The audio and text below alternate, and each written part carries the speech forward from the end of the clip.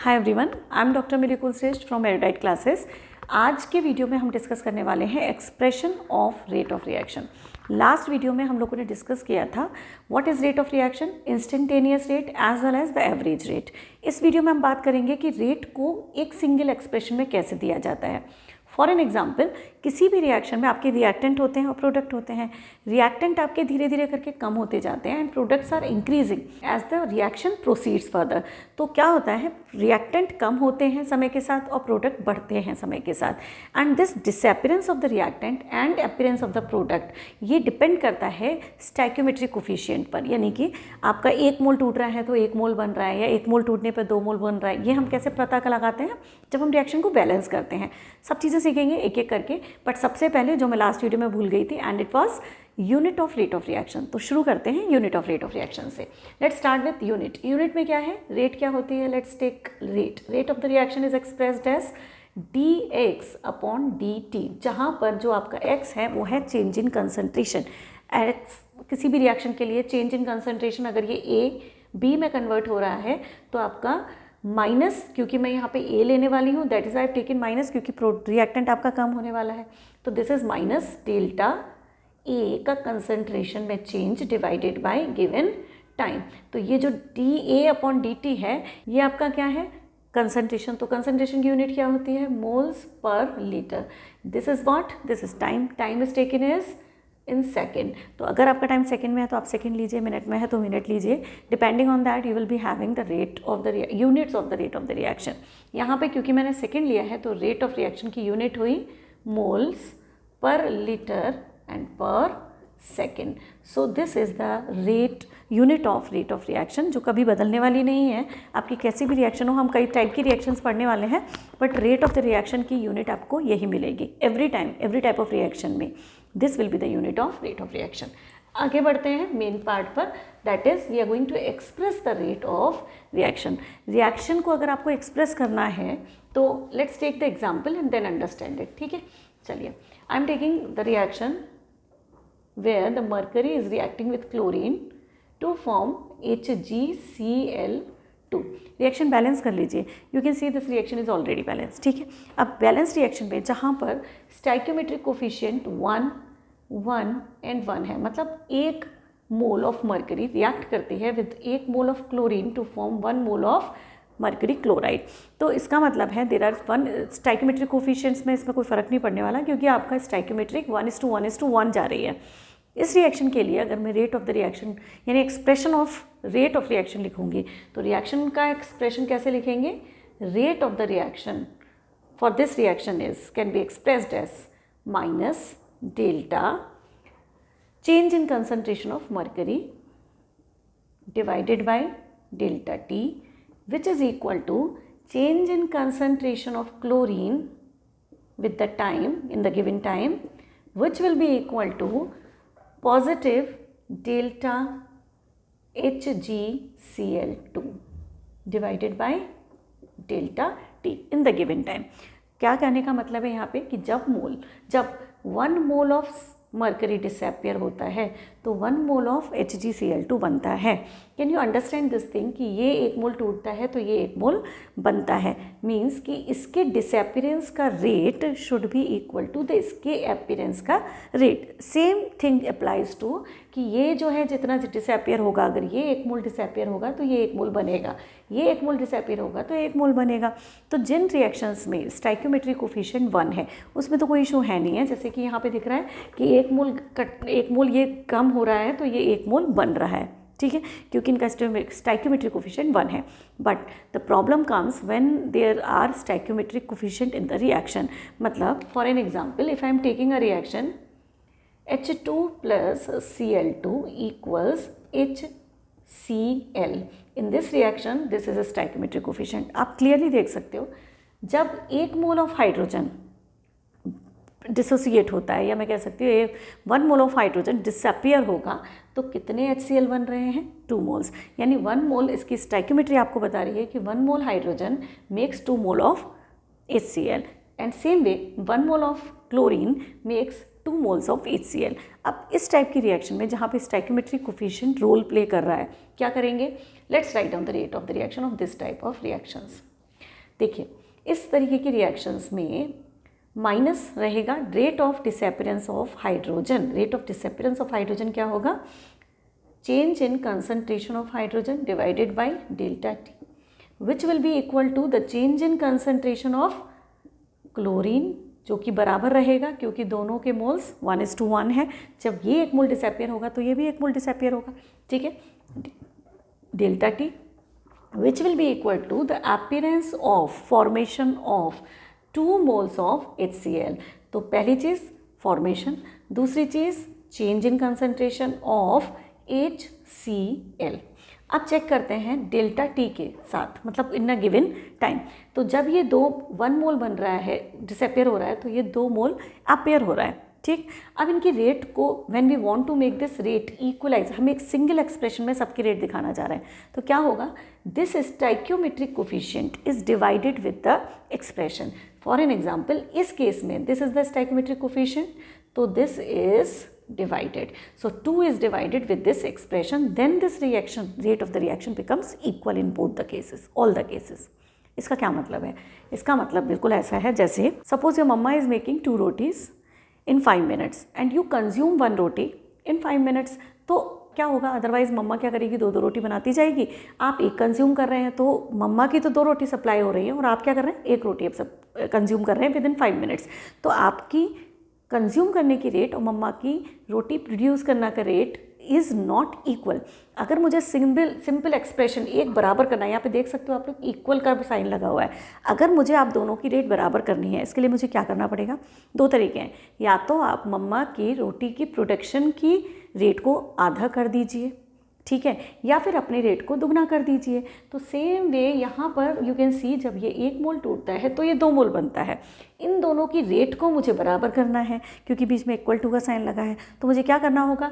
जो डबल बन रहा है उसकी रेट को मुझे आधा करना पड़ेगा, इज़न्ट इट? अगर कोई रिएक्शन ऐसी होती कि मान लीजिए A + 3B = 2C, in this particular reaction what would have happened? जब ये 1 मोल टूटता है तब ये 2 मोल बनता है, तो इसका delta A change in concentration divided by delta T, rate को हम कैसे एक्सप्रेस करेंगे? इज इक्वल टू इसका टूटना इज इक्वल टू इसके 2 का बनना। तो रेट ऑफ रिएक्शन, रेट को इक्वलाइज करने के लिए आपको डिवाइडेड बाय 2 करके then you are going to multiply it with delta change in concentration of C divided by delta का मतलब चेंज, डेल्टा T।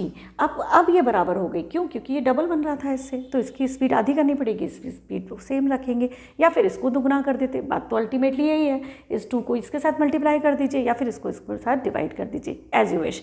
इन सेम वे अगर मैं 3B के टर्म्स में अगर बात करती हूँ तो this is equal to appearance of when the 3B disappears then 2C appears। तो 3B disappears, 3B disappear जब हो रहा है तो इसके 2C बन रहे हैं, तो क्या करूँगी? 1/3 और फिर ये मल्टीप्लाइड बाय डिसअपियर हो रहा है तो this is negative, delta B divided by delta T। तो ये तीनों को मैंने इक्वलाइज कर दिया in terms of this rate of reaction. तो this is called rate expression. Rate expression में यू टू रिमेंबर कि जब भी आपका रेट एक्सप्रेशन में कोई रिएक्शन ऐसी दी जाती है which is having a stoichiometric coefficient, तो that coefficient has to be divided so as to equalise the rate of reaction. अब कहाँ ये काम आने वाला है और आप इसे कैसे यूज़ करेंगे? Let's take an example by taking a numerical based on this particular expression of rate of reaction. चलिए, तो let's start with this numerical में दिया हुआ है N2O5 gives you NO2 plus O2, half O2। Reaction आपकी balanced है already, तो आपको ये रिएक्शन बैलेंस दी हुई है। And what is given? Rate of the disappearance of N2O5 is 6.25 × 10⁻³ ये दिया हुआ है। And what is asked? Rate of the formation of NO2 and O2, इन दोनों की फॉर्मेशन आपको निकालनी है। Rate of disappearance of N2O5 दिया हुआ है आपको। सबसे पहला काम, डिसअपियरेंस दिया है यानी कि आपको रेट ऑफ जो आपकी expression of rate of reaction है वो आप लिख देते हैं। उसके बाद आपको पता लग जाएगा कि 1 मोल का दिया है। रेट ऑफ डिसअपियरेंस में वैसे भी आपको मोल्स का कोई रोल नहीं होता है। तो let's see what is given. यहाँ पे देखते हैं N2O5 change in concentration of N2O5 minus, क्योंकि this is a reactant, divided by delta T. ये मैं क्या लिख रही हूँ, rate expression where the rate is equal to change in concentration of N2O5 with the time, और this is disappearance क्योंकि ये कम हो रहा है, which is equal to change in concentration of NO2 divided by delta T, and because there is a stoichiometric coefficient is equal to half, that is I have divided the stoichiometric coefficient here. Same way this is also a negative, sorry it is positive ना, ये तो आपका NO2 बन रहा है. Next is rate of appearance of delta O2 यानी concentration, change in concentration of oxygen and with the time, and this is divided to 1/2 means 1/2, तो this multiplied with this, तो मैं इसे ऐसे लिख देती हूँ पॉजिटिव में 2 delta O2.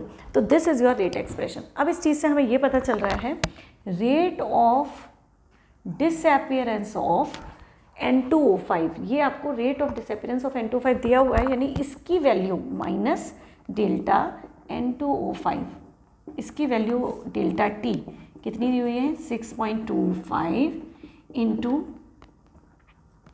10⁻³ moles per litre per second, ये आपको गिवन है. इसके साथ आपको पूछा गया है कि निकालना क्या है, rate of appearance of NO2. Appearance of NO2 बोल दूँ या फिर फॉर्मेशन ऑफ NO2 बोल दूँ. अब rate of formation of NO2 क्या है, दिस फॉर्मेशन इज दिस. अब ये हमें निकालना है, ये हमें दिया हुआ है, तो वी नो दिस रिलेशनशिप, इन दोनों को बराबर करें, ये तो बराबर है ही ना, तो this is what delta N2O5 divided by T is equal to 6.025 into 10⁻³ which is equal to 1/2 delta NO2 divided by delta T. ठीक है ना, पर हमें क्या चाहिए, हमें तो ये चाहिए, तो this is equal to what, ये 2 को यहाँ पे मल्टीप्लाई कर दूँ मैं इसके साथ कर दूँ या फिर इसके साथ कर देती हूँ क्योंकि हमारा नंबर तो यही दिया. तो this is what delta NO2 change in concentration of NO2 divided by delta T is equal to 2 into 6.25 into 10⁻³ moles per litre per second. तो ये हो गया आपका rate of appearance of nitrogen dioxide. Rate of appearance of nitrogen dioxide can be calculated like this.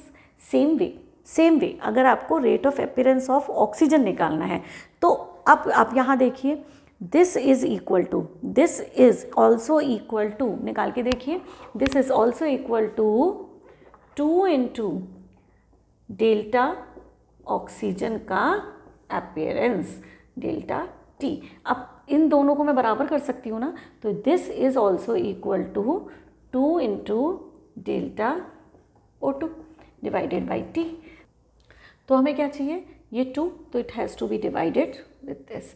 ये हमने पहले इस case के लिए जोड़ा था तो इसको मैं हटा देती हूँ, यानी these are 3 equal, this is equal to this and this is equal to this. तो इसको मैं स्किप कर देती हूँ इस पूरे रिलेशनशिप में से क्योंकि मुझे ये अभी नहीं चाहिए. तो this I have directly connected with this, इस दोनों को कनेक्ट करो, इसको सीन में से हटा दो, तो this will B divided with this. तो क्या हुआ, divided by 2. So this will give you the rate of appearance of oxygen.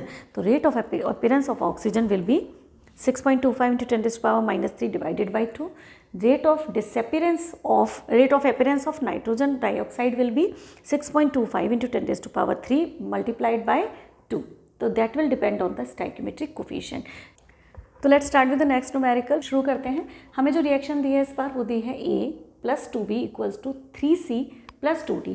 Rate of disappearance of B दिया है, मतलब B कितना डिसअपीयर होता है उस रेट को दिया है आपको. Rate of disappearance of B is 1 multiplied by 10 into 10⁻² moles per litre per second. Rate of reaction पूछी है और क्या पूछा है, rate of appearance of C and disappearance of A, ये ले लीजिए, एंड डिसअपीयरेंस ऑफ A तो डिसअपीयर होगा ना, disappearance of A.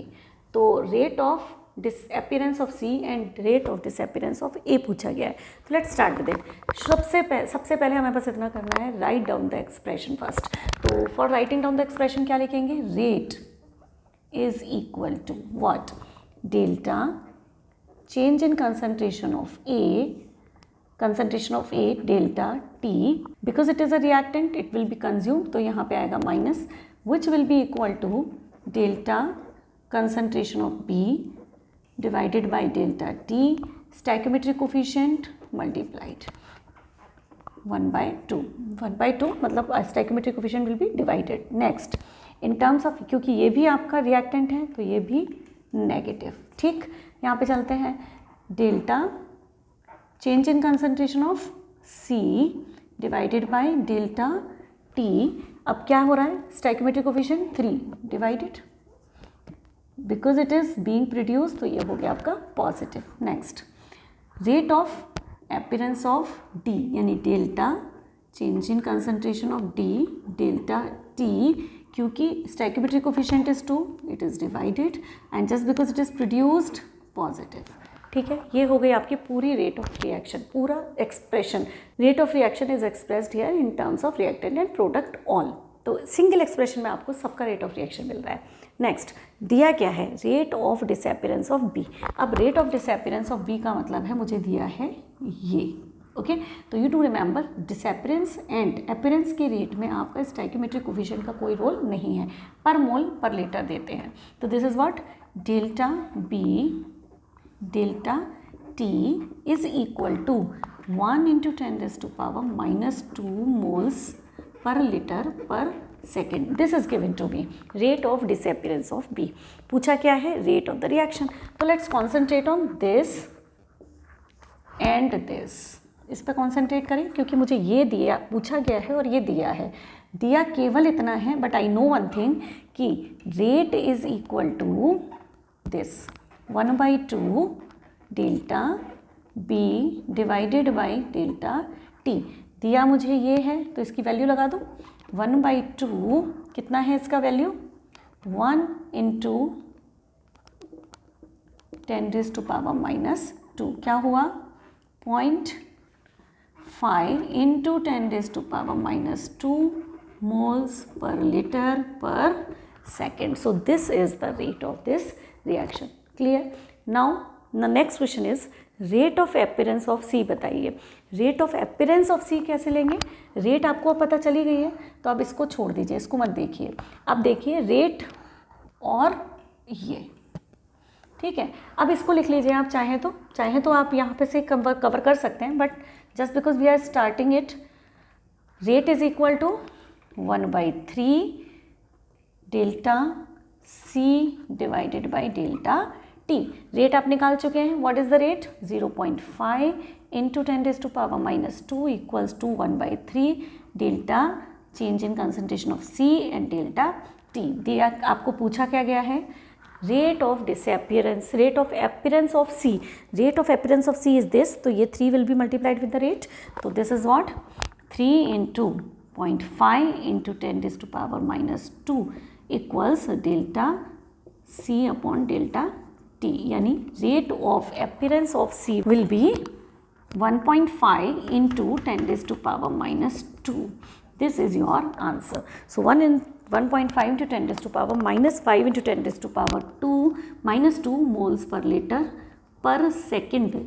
This is the rate of appearance of C. C के appearance की रेट ये है। सेम वे अगर आपको ये निकालना हो रेट ऑफ डिसोसिएशन ऑफ या डिसअपीयरेंस ऑफ ए, तो rate of this disappearance of A, check this out, this is directly equal to the rate. तो ये तो सीधा this is directly equal to delta A upon delta T, which is equal to 1 into, sorry हमने 0.5 निकाला था ना, तो 0.5 into 10 raised to power minus 2 moles per liter per second. So this way we are going to calculate the rate of the disappearance and the rate of the appearance of the various reactant and the product according to given conditions. यानी आपको ध्यान रखना है बस इतना कि appearance और disappearance में आप स्टाइकोमेट्रिक कोफिशिएंट को यूज़ नहीं करेंगे, पूरी इक्वेशन सबसे पहले लिखेंगे, फिर उसके बाद देखेंगे किस टर्म और किस टर्म को आपको यूज़ करना है, बस उनको यूटिलाइज करेंगे। I hope now you are very clear how to express the rate of the reaction and how to do the calculation related with this concept. In the next video, we will discuss another important topics from this chapter. Till then, goodbye. If you like this video, please hit the like button, share it and subscribe to my channel. Thank you very much.